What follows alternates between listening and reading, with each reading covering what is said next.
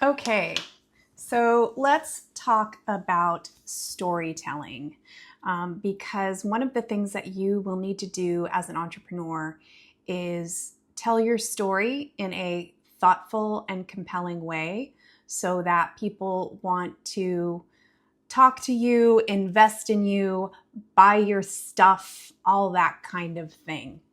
And so this lecture is going to be a little bit strategy and a little bit about the pitch. And I'm going to start with the strategy piece because in order to tell a compelling story about who your business is and what it does, you kind of need to know who you want to be, what you're there for, and what some of your goals are. And so that starts with a vision and a mission statement.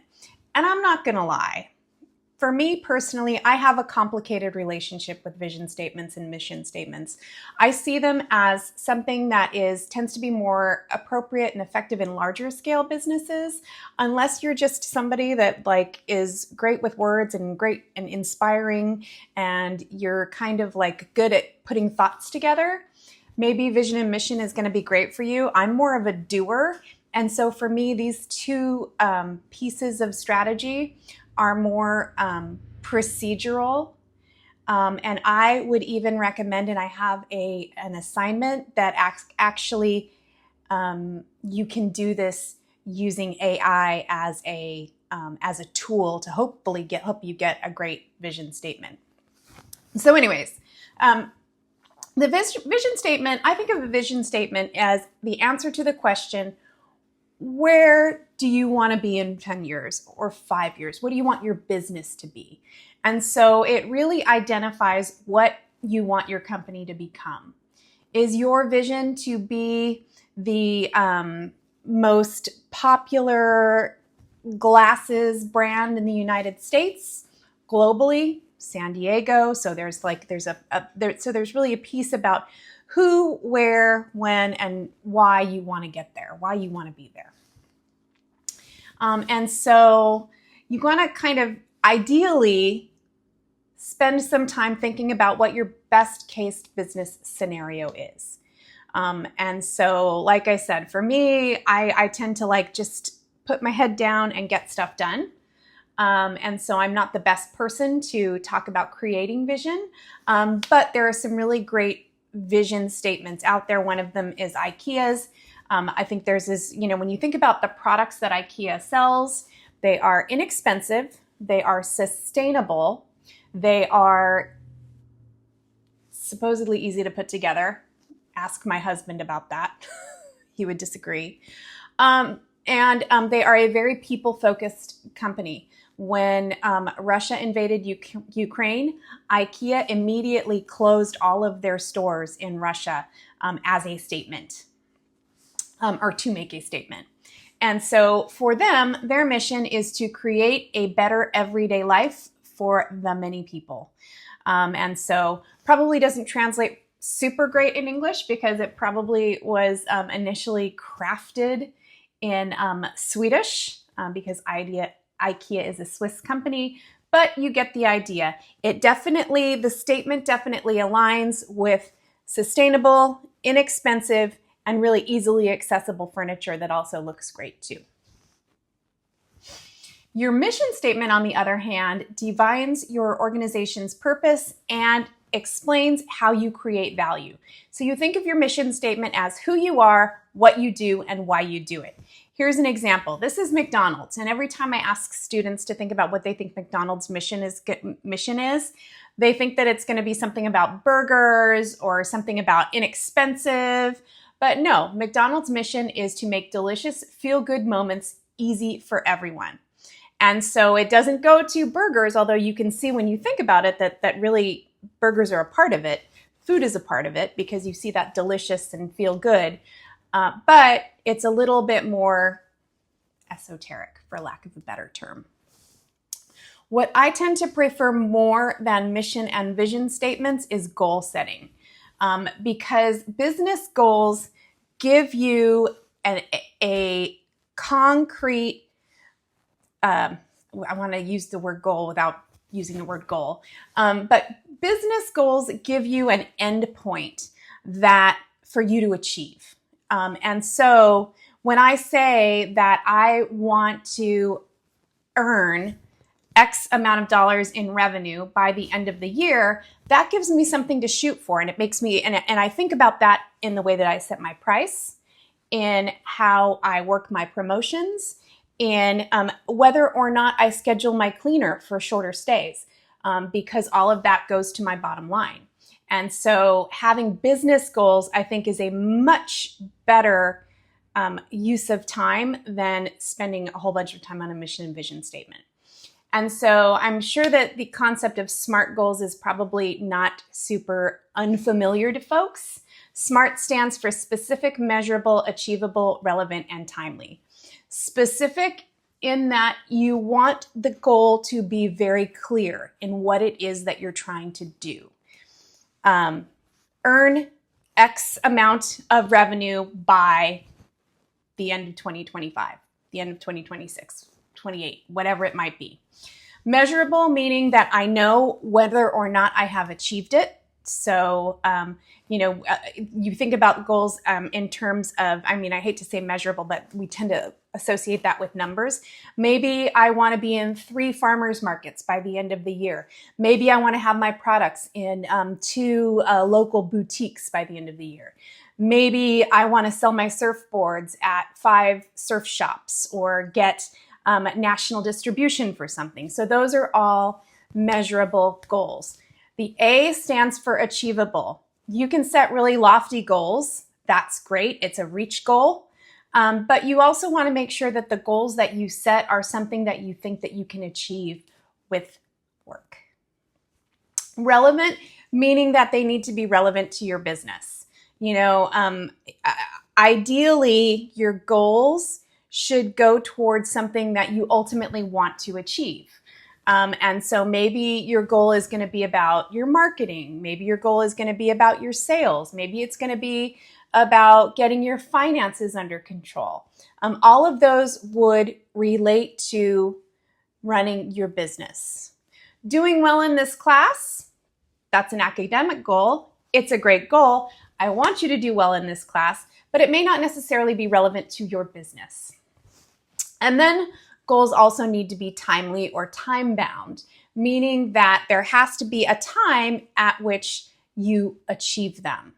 So for example, increase market share by 5% in 2 years through digital advertising. That is a very smart goal. It's clear, it's concise, it tells you exactly what the business owner is trying to do, how they're going to do it, and when it needs to be done by. So ideally, having 3 to 5 business goals is what you want on a regular basis. Have 3 to 5 that you're working toward. Maybe as you start out, 3 is probably better than 5. But just know that having goals is an excellent way to keep yourself as a business owner accountable. They don't guarantee success, but they do provide you with a focal point for motivating your work. Whenever I'm feeling lazy or I want to, for lack of a better word, slack off, I think about what my goals are, and that gets me motivated to start working toward achieving them. So let's move on to storytelling. Storytelling, I cannot overemphasize the importance of underemphasize. I can't emphasize enough the power of storytelling in business. Good stories are memorable. They help you build a brand identity. They craft a relatable narrative that shows your motivation, your struggle, and how you're working to get through it or how you've gotten through it. They frame your business as a solution to a problem. One of the best ways to tell a story is to use like a fairy tale template. This was a problem that I had. I tried all kinds of different things to solve it.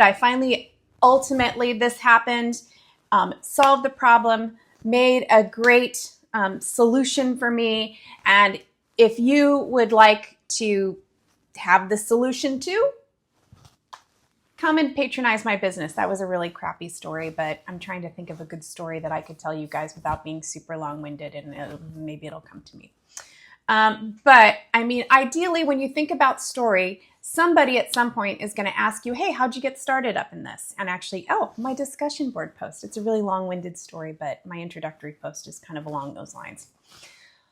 But you really do need to be prepared to tell a potential customer about why you got started in business. You need to be able to tell stories about your products and services. You need to be able to tell stories to investors to get them excited about wanting to partner with you. Stories engage audiences emotionally. They make technical ideas relatable, but you need to be sure that you are setting realistic expectations, especially with investors. I'm going to talk a ton about investors when we get to business planning. So one of the best ways to tell your story is through the pitch. A pitch, there's all kinds of pitches. There are elevator pitches, which I'm going to talk about in a minute. But most often in business, entrepreneurs do pitches for investors. And really, the key elements of a pitch are the problem that your business is trying to solve, your solution, and then you talk about who else might be interested in solution. That's your market. What exactly it is that your business does, your value proposition, who you're serving, the financials, how much you need and how much you're going to make, and then who is going to help you or your team. Pitches vary depending on who the audience may be. Some examples, most businesses that seek investment, the first people you go to is called friends and family, and this is literally your friends and family. It's folks that you know, that you're familiar with, that would be interested in investing in your business because they believe in you and they believe in your concept. So friends and family is one pitch. A pitch competition is going to be a separate type of pitch. Pitch competitions tend to be very structured in what they're looking for. Generally, you have a very short amount of time. I've seen 1-minute pitches, I've seen 3-minute pitches, I've seen 5-minute pitches, and I've seen even 30-second pitches. Angel investors are going to be similar to a pitch competition. They're going to tell you exactly what they're looking for when you make the pitch to them. Grant providers, folks that give business grants or grants for starting nonprofits. And then community groups. These might be local development corporations, like San Diego's got a development corporation. Oceanside has organizations like Main Street Oceanside. That would be considered to be a community group or development operation. Nonprofit investors. So there's all types of community groups that you might find yourself doing a pitch for as well. And so what you want to do with your pitch is adjust your content based on the audience and the situation and the parameters that you might be given. If you're given no parameters, here's a good rule. Here's a good template to follow. After this slide. The elevator pitch is just a 30-second pitch version for you, 30 to 60 seconds, for spontaneous opportunities. The concept, the whole thing behind the pitch, the elevator pitch competition, or the elevator pitch, it's not a pitch competition, just your elevator pitch.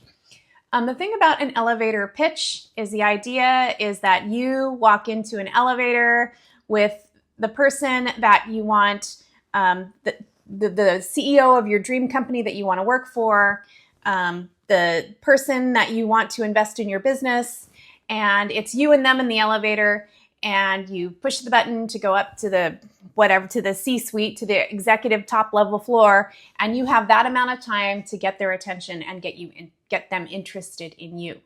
So that's what an elevator pitch is. The pitch deck is much more comprehensive. And so this is a good template if you don't have anything else, any other parameters to go by. I say that the pitch deck is a 10-ish slide visual presentation of your business idea because I don't necessarily think that you have to land exactly on 10. Sometimes it's going to be 7 slides. Sometimes it might be as many as 20 slides. Very rarely 20. But the pitch deck is basically your pitch that you're going to create for a investor, a friends and family round, whatever it might be. So slide 1 is your introduction. That's your logo, your name, whatever your memorable tagline is. Slide 2 is the problem statement. So you're describing the problem that your target market experiences, which leads to slide 3, your solution.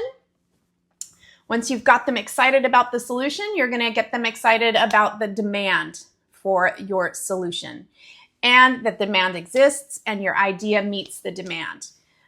Slide 5, you're going to estimate the market size, how many people are out there that are potential customers. We're going to talk about marketing in a couple weeks. Slide 6, ooh, that font got big.